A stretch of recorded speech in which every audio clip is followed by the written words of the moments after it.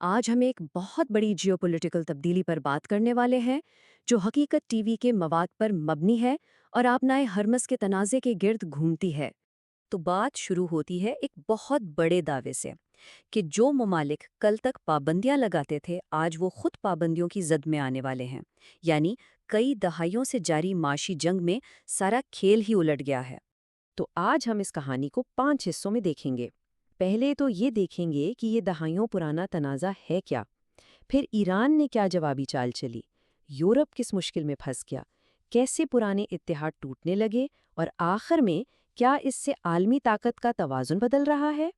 تو چلیے سب سے پہلے پس منظر کو سمجھتے ہیں کہ آخر یہ مغربی پابندیوں کا معاملہ ہے کیا اور ایران اور مغرب کے تعلقات یہاں تک کیسے پہنچے۔ دیکھیں، ماخذ کے مطابق یہ کہانی کوئی نئی نہیں ہے۔ تقریباً پچھلے 47 سال سے ایران پر امریکہ اور یورپ کی طرف سے شدید اقتصادی پابندیاں لگی ہوئی ہیں۔ یہی دباؤ ان کے تعلقات کی بنیاد رہا ہے۔ اچھا، تو اب آتے ہیں اس نقطے پر جہاں سے سارا کھیل بدلنا شروع ہوا۔ ایران نے اپنی جغرافیائی پوزیشن کا فائدہ اٹھاتے ہوئے ایک بہت ہی اسٹریٹجک چال چلی۔ ہوا یہ کہ ایران نے ایک نیا قانون بنایا اور فیصلہ کیا کہ وہ اپنی اسٹریٹجک پوزیشن کو استعمال کر کے ان پابندیوں کا جواب دے گا۔ یہ صرف کوئی بیان نہیں تھا بلکہ ایک باقاعدہ قانونی قدم تھا۔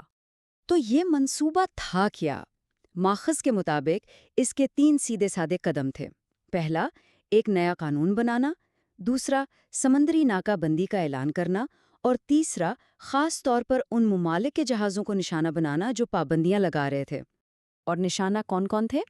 اس لسٹ میں یورپ کے ممالک، برطانیہ، جنوبی کوریا، جاپان، امریکہ اور اسرائیل شامل تھے، یعنی وہ تمام بڑی معیشتیں جو ابنائے ہارمز کے راستے پر بہت زیادہ انحصار کرتی ہیں۔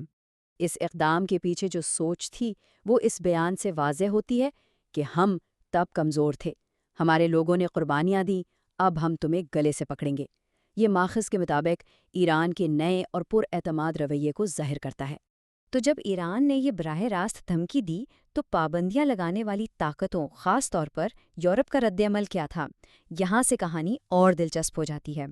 ماخذ کے مطابق یورپ تو پہلے ہی یوکرین جنگ کی وجہ سے توانائی کے بحران میں تھا، اور جب انہیں لگا کہ آبنائے ہرمز سے تیل اور گیس کی سپلائی بھی بند ہو سکتی ہے تو ان میں خلبلی مچ گئی۔ اور یہیں پر ہمیں کرداروں کا مکمل الٹ پھیر نظر آتا ہے۔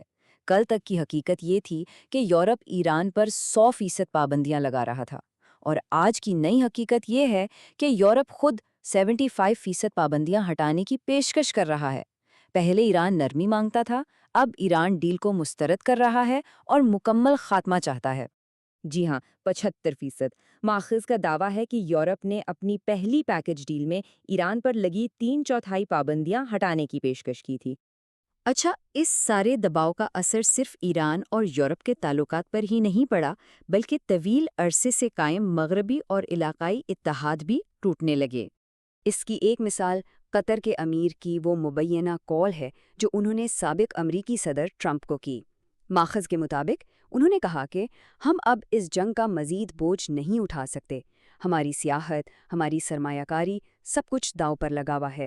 صرف یہی نہیں بلکہ امریکی انٹیلیجنس کمیونٹی نے بھی مبینہ طور پر کانگریس کے سامنے یہ مانا کہ ایران اتنا کمزور نہیں جتنا اسے سمجھا جا رہا تھا، یعنی یہ امریکی پالیسی میں ایک بڑی غلط فہمی کا اعتراف تھا۔ تو ہو کیا رہا تھا؟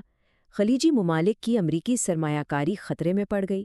جرمن چانسلر جیسے یورپی لیڈر امریکہ کو نظر انداز کر کے براہ راست ایران سے بات کرنے لگے۔ ماخذ کا تو یہاں تک کہنا ہے کہ اب یورپ کو اس بات کی کوئی پرواہ نہیں رہی کہ امریکہ اس بارے میں کیا سوچے گا۔ اس چارٹ سے ماخذ کا نظریہ مزید واضح ہو جاتا ہے۔ ان کے مطابق یورپ میں صرف 10% لوگ امریکی پالیسی کے حامی تھے، جبکہ 90% کا خیال تھا کہ معاشی استحکام زیادہ ضروری ہے۔ تو آخر میں سوال یہ پیدا ہوتا ہے کہ کیا یہ سب عالمی طاقت کے توازن میں ایک بڑی تبدیلی کا اشارہ ہے؟ آئیے دیکھتے ہیں ماخذ اس کے بارے میں کیا کہتا ہے۔ ماخذ کا استدلال یہ ہے کہ ایران نے دنیا کو جیو پولیٹکس کا ایک نیا سبق سکھا دیا ہے۔ پرانا طریقہ تھا سفارتکاری اور سمجھوتا، نیا طریقہ ہے براہ راست دباؤ اور طاقت کا مظاہرہ۔ پہلے پابندیاں برداشت کی جاتی تھی، اب پابندیاں الٹی جا رہی ہیں۔ اس سے امریکہ کے بارے میں بھی ایک نیا تاثر بن رہا ہے۔ ماخذ کے مطابق اب یہ سمجھا جانے لگا ہے کہ کسی بھی تنازع میں امریکہ کا اتحادی بننا کسی بھی ملک کے لیے تباہی کا باعث بن سکتا ہے۔ یہاں تک کہ سابق صدر ٹرمپ کی وہ پیشکش جس میں انہوں نے آبنائے سے ہونے والی آمدنی کو آدھا آدھا کرنے کی بات کی تھی، ایران نے اسے اپنی توہین سمجھتے ہوئے ٹھکرا دیا، جسے زمینی حقائق سے دوری سمجھا گیا۔ تو ماخذ کا نتیجہ یہ ہے کہ سارا کھیل امریکی ہاتھوں سے نکل چکا ہے اور یہ خطے میں امریکی اثر و رسوخ کے ایک دور کا خاتمہ ہے، اور اب دنیا دیکھے گی کہ امریکہ کے ساتھ آگے کیا ہوتا ہے۔